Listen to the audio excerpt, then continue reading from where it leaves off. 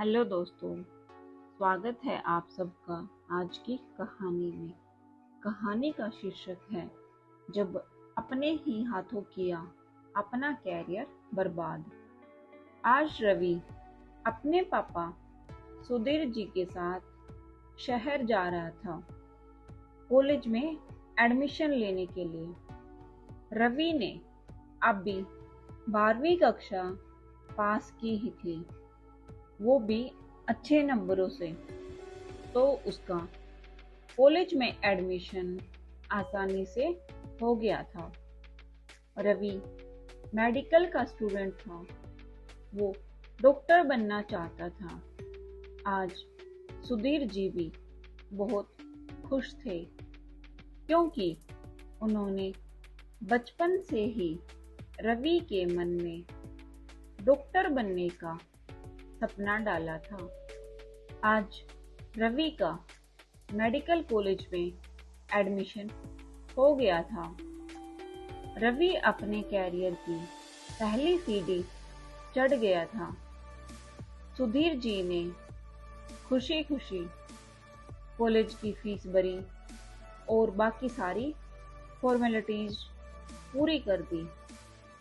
रवि का घर शहर से काफी दूर था, इसलिए सुधीर जी ने रवि को कॉलेज में ही हॉस्टल दिला दिया। वैसे तो उन्होंने रवि को आज तक कभी भी अकेला नहीं छोड़ा था, पर अब कर भी क्या सकते थे, उनकी भी मजबूरी थी। दूसरे पेरेंट्स की तरह सुधीर जी के मन में भी बस एक ही डर था कि बच्चा कहीं अपने रास्ते से भटक न जाए, गलत संगत में न पड़ जाए। सुधीर जी ने आज तक रवि को हर गलत चीज से बचाकर रखा था, पर अब वे कितने दिन ऐसा कर सकते थे। सुधीर जी रवि को अच्छे से समझाकर हॉस्टल में छोड़कर घर वापस आ गए। घर आने के बाद सुधीर जी व उनकी पत्नी रमा जी का भी मन नहीं लग रहा था। आज उनका इकलौता पुत्र पहली बार उनसे दूर था। उधर हॉस्टल में भी रवि का बुरा हाल था। वो भी अपने मम्मी पापा को बहुत मिस कर रहा था। वो अपने कमरे में बैठा था, साथ में दो लड़के और भी थे, उसके रूममेट आकाश व विशाल। हालांकि वे फाइनल ईयर के स्टूडेंट थे पिछले 2 सालों से। उन्हें पढ़ाई से कोई मतलब नहीं था।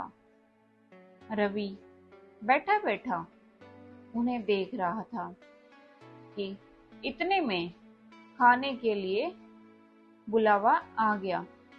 रवि को बहुत तेज भूख लगी हुई थी, इसलिए वो चला गया, लेकिन आकाश व विशाल नहीं गए।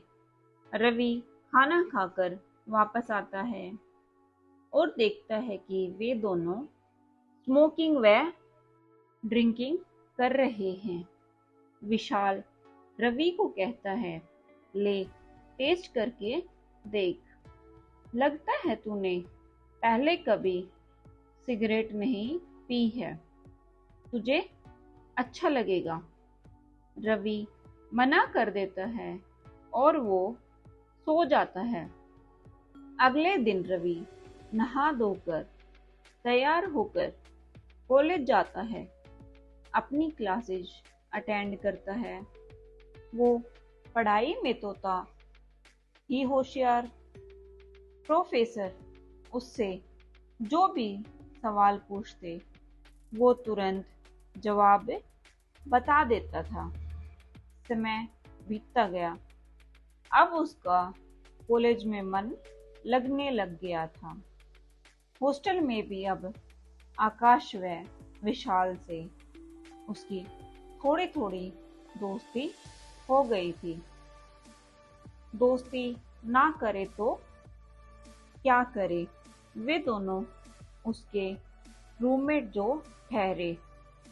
वैसे उन दोनों का पढ़ाई व कॉलेज से कोई वास्ता नहीं था। कॉलेज में टिके वो इसलिए थे क्योंकि उनके पापा शहर के जाने माने आदमी थे। कोई उनको कुछ नहीं कहता था। हॉस्टल में भी सब उनसे डरते थे। अब रवि अकेला क्या करता? वो उनसे बातें करता, पर ज्यादातर अपनी पढ़ाई में ही लगा रहता। धीरे धीरे उसका सेकंड ईयर कंप्लीट होने वाला था। वो अपने एग्जाम की तैयारियों में जी जान से लगा हुआ था। फर्स्ट ईयर में भी उसने टॉप किया था और उधर उसके रूममेट अपनी बुरी आदतों में मगन रहते। अब तो वे शराब, सिगरेट के साथ अफीम, ड्रग्स तक लेने लगे थे। वैसे उनके हॉस्टल में ये सब अलाउड नहीं था, पर उनकी हॉस्टल में पूरी धाक थी। पैसों की वजह से वार्डन तक बात कभी पहुंची ही नहीं थी, तो उनकी हिम्मत और बढ़ गई थी। उन्हें डर तो था नहीं किसी का। कल से उनके एग्जाम शुरू होने वाले थे। रवि रात भर बैठकर पढ़ाई करता रहा। आकाश व विशाल अपना सामान लाने बाहर गए हुए थे। रात काफी हो चुकी थी। वे सामान लेकर जल्दी जल्दी अंदर आ रहे थे, तो एकदम से विशाल के हाथ से बैग छूट गया और सारा सामान बिखर गया। अंधेरा तो था ही, तो उसने अपने फोन की लाइट जलाकर सामान उठा लिया, पर उसका एक पैकेट वहीं पर छूट गया। वे दोनों इस बात से बेखबर थे। वे अपने कमरे में आ गए। सुबह हो गई। वे तीनों सो रहे थे। पेपर तो दोपहर में था और वे रात को जगे हुए थे। विशाल का अफीम का पैकेट बाहर ग्राउंड में पड़ा था। वो पैकेट एक लड़के को मिला, तो उसने उठाकर वो वार्डन को दे दिया। वार्डन ने जब उस पैकेट को खोल कर देखा, तो उसके पैरों तले से जमीन खिसक गई। वो ये सोचता है कि ये हॉस्टल में चल क्या रहा है, ये पैकेट किसका है, कौन लेकर आया है। वो पूरी तहकीकात करवाता है। हॉस्टल के सभी कमरों की चेकिंग करवाता है। हालांकि पता तो सबको था ही कि ये अफीम का पैकेट आकाश व विशाल का है, पर डर के मारे किसी ने नहीं बताया। रमन विशाल का दोस्त था। वो विशाल को फोन करता है। विशाल फोन नहीं उठाता है। 4-5 बार फोन करने के बाद विशाल नींद से जागता है। वो फोन उठाता है। रमन, सुबह सुबह क्यों भड़क कर रहा है? रमन कहता है, विशाल, भड़क तो तुम्हें होने वाली है, अच्छे वाली। तुम्हारा सामान वार्डन के हाथ लग गया है और वो सभी रूम की चेकिंग करवा रहा है। और तुझे तो पता ही है कि ये वार्डन हमारे प्रिंसिपल का चमचा है। अगर प्रिंसिपल तक बात पहुंच गई तो बहुत बुरा होगा। फिर तो तेरे पापा भी कुछ नहीं कर पाएंगे। विशाल भागकर आकाश को उठाता है और उसे सारी बात बताता है। आकाश विशाल से कहता है, अब तो हमारे पास एक ही रास्ता है। विशाल बोला, क्या? जल्दी बता। हमारे रूम का नंबर आने वाला है। सुन, हम ये सामान रवि के बैग में छुपा देते हैं। फंसेगा तो वही फंसेगा, हम थोड़ी ना। वैसे भी बाहर हमारे बारे में कोई कुछ बताएगा नहीं। अगर हमारे पास ये सामान नहीं मिला और बाद में कुछ बात होती है तो हमारे पापा संभाल लेंगे। पर अगर ये सामान हमारे पास से मिला तो फिर पापा भी कुछ नहीं कर पाएंगे। रवि सो रहा था। वो बिल्कुल बेखबर था अपनी जिंदगी में आने वाले तूफान से। विशाल ये करना तो नहीं चाहता था, पर अपने आप को बचाने के लिए उसे ये करना पड़ा। आकाश ने सारा सामान रवि के बैग में डाल दिया और अब वे सोने का नाटक कर लेट गए। थोड़ी देर बाद वार्डन उनके रूम के दरवाजे को खटखटाता है। वे दोनों जानबूझकर दरवाजा नहीं खोलते हैं। 5-6 बार आवाज आने के बाद रवि की आंख खुलती है। वो उठकर दरवाजा खोलता है। सामने वार्डन को देखकर वो हैरान हो जाता है, क्योंकि आज तक उसने वार्डन को ऐसे आते नहीं देखा था। अब विशाल व आकाश भी उठते हैं। वे तीनों वार्डन को गुड मॉर्निंग विश करते हैं और पूछते हैं, क्या हुआ सर, आप यहाँ कैसे?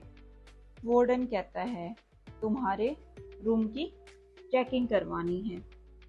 आकाश जानबूझकर शरीफ बनने की एक्टिंग करता है। क्या हुआ सर, सब ठीक तो है ना? वार्डन उसको चुप रहने के लिए कहता है। वार्डन अपने साथ आए वर्कर से रूम की चेकिंग के लिए कहता है। वो पहले विशाल व आकाश का सामान चेक करते हैं, पर उन्हें कुछ नहीं मिला। अब रवि की बारी थी।